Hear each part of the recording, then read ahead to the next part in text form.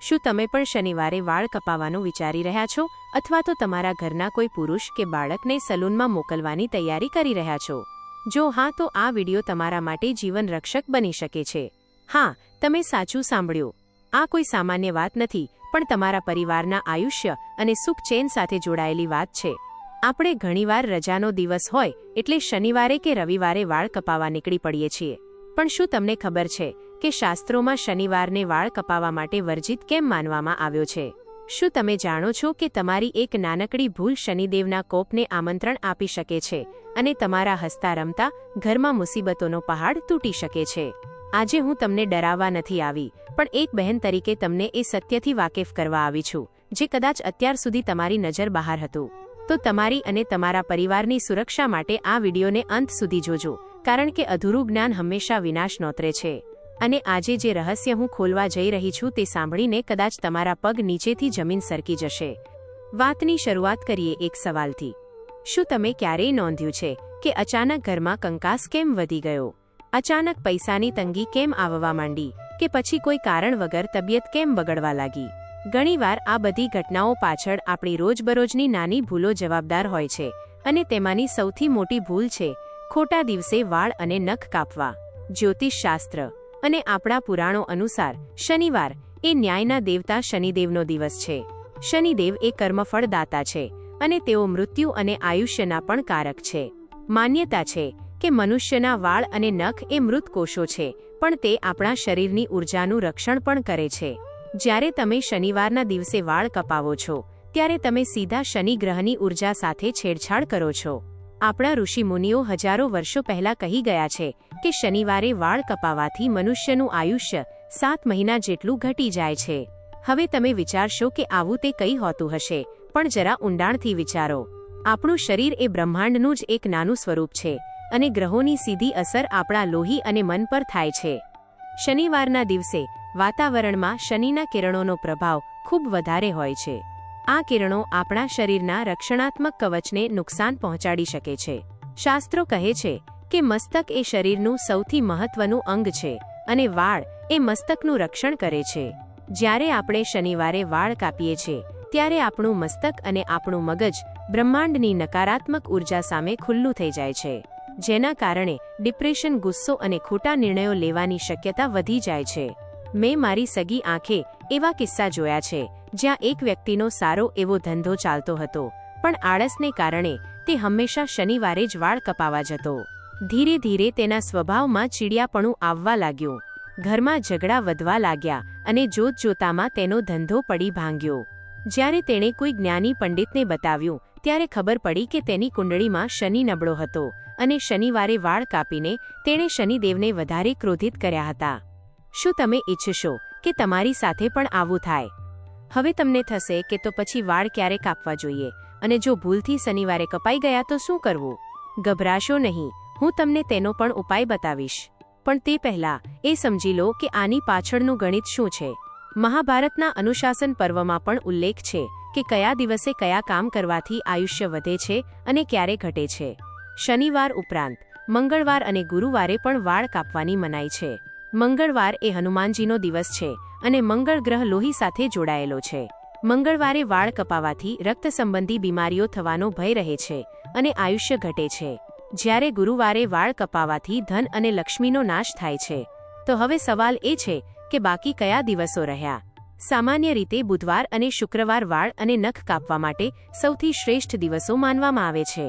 શુક્રવાર એ સૌંદર્યનો દિવસ છે, એટલે આ દિવસે વાળ કપાવવાથી ચહેરા પર તેજ આવે છે અને ઘરમાં બરકત રહે છે. ચાલો હવે થોડી રહસ્યમય વાત કરીએ જે બહુ ઓછા લોકો જાણે છે. શું તમે જાણો છો કે તંત્રશાસ્ત્રમાં વાળનો ઉપયોગ મેલી વિદ્યા માટે પણ કરવામાં આવે છે? શનિવાર અને અમાસની રાત્રે નકારાત્મક શક્તિઓ ખૂબ સક્રિય હોય છે.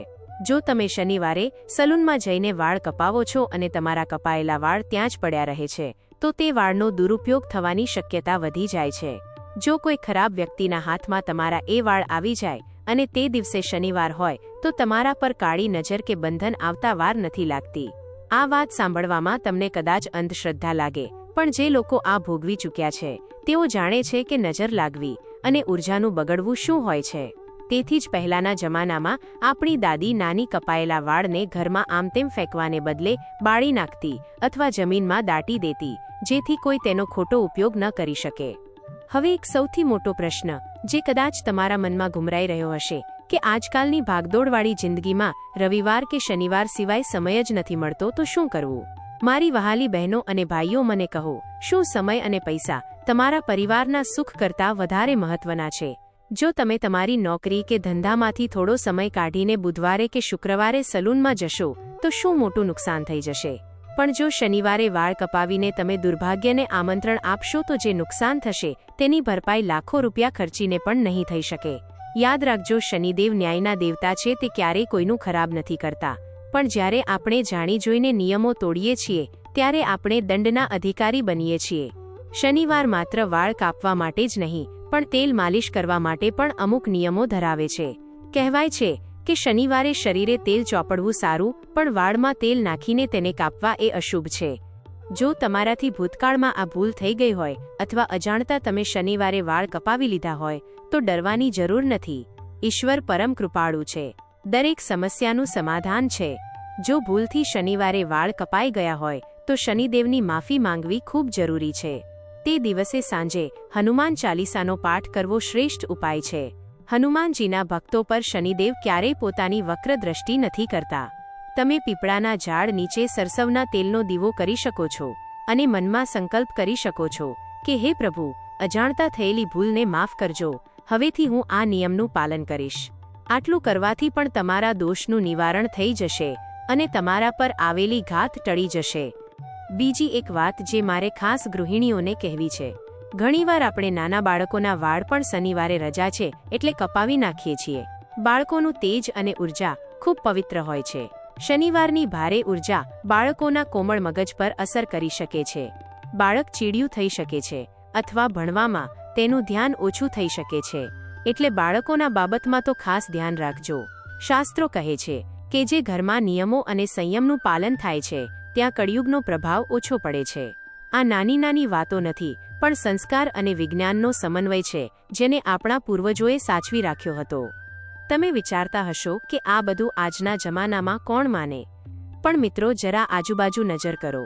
જે લોકો પરંપરા અને શાસ્ત્રોથી વિમુખ થયા છે, શું તેઓ ખરેખર સુખી છે? પૈસા હોવા છતાં માનસિક શાંતિ નથી હોતી. તેનું કારણ આવા જ નાના નાના નિયમોનો ભંગ છે. શનિવાર એ દાન અને પુણ્યનો દિવસ છે, ત્યાગનો દિવસ છે. તમારા શરીરના અંગો કે વાળ કાપવાનો દિવસ નથી. આ દિવસે તો તમારે ગરીબોને મદદ કરવી જોઈએ, કાળા અડદ કે લોખંડનું દાન કરવું જોઈએ, જેથી શનિ મહારાજ પ્રસન્ન થાય. વાળ કાપીને તમે તમારા શરીરની સુંદરતા તો વધારશો પણ તમારા ભાગ્યની સુંદરતા ઘટાડી દેશો. શું કામનું એવું રૂપ જે દુર્ભાગ્ય લઈને આવે?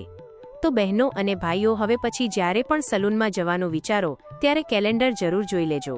શનિવાર, મંગળવાર અને ગુરુવારને છોડીને કોઈ પણ દિવસ પસંદ કરજો. તમારી આ એક નાનકડી સાવચેતી તમારા ઘરની સુરક્ષા કવચ બની રહેશે. મારો ઉદ્દેશ્ય તમને અંધશ્રદ્ધાળુ બનાવવાનો નથી પણ સાવધાન કરવાનો છે. આપણે વિજ્ઞાનને માનીએ છીએ પણ જ્યોતિષ પણ એક વિજ્ઞાન છે જે ગ્રહો અને નક્ષત્રોના ગણિત પર ચાલે છે.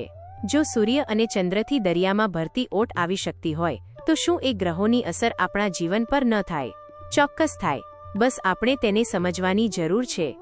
આ વિડિયો બનાવવાનો મારો હેતુ સફળ ત્યારે જ થશે જ્યારે તમે આજથી જ એક સંકલ્પ લેશો કે હું અને મારો પરિવાર આ નિયમનું પાલન કરીશું.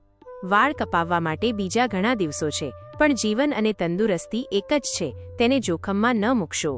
તમારા પતિ, તમારા બાળકો અને તમારા માતા પિતાની રક્ષા તમારા હાથમાં છે. એક ગૃહિણી તરીકે, એક સજાગ વ્યક્તિ તરીકે આ વાતને ગાંઠ વાળી લેજો. અને હા, તમારા મિત્રો અને સગા સંબંધીઓને પણ આ વાત જરૂર કહેજો.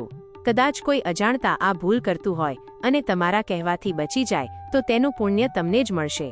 હું આશા રાખું છું કે મારી આ વાત તમારા હૃદય સુધી પહોંચી હશે અને તમે હવેથી શનિવારે વાળ નહીં જ કપાવો.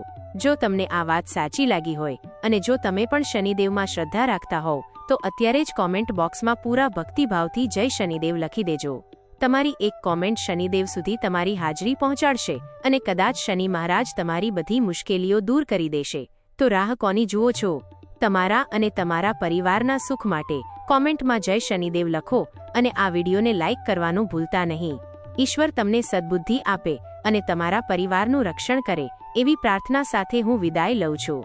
ફરી મળીશું આવી જ એક આંખ ઉઘાડનારી માહિતી સાથે. ત્યાં સુધી સાવધાન રહો, સુરક્ષિત રહો અને શ્રદ્ધા અતૂટ રાખો. જય શનિદેવ.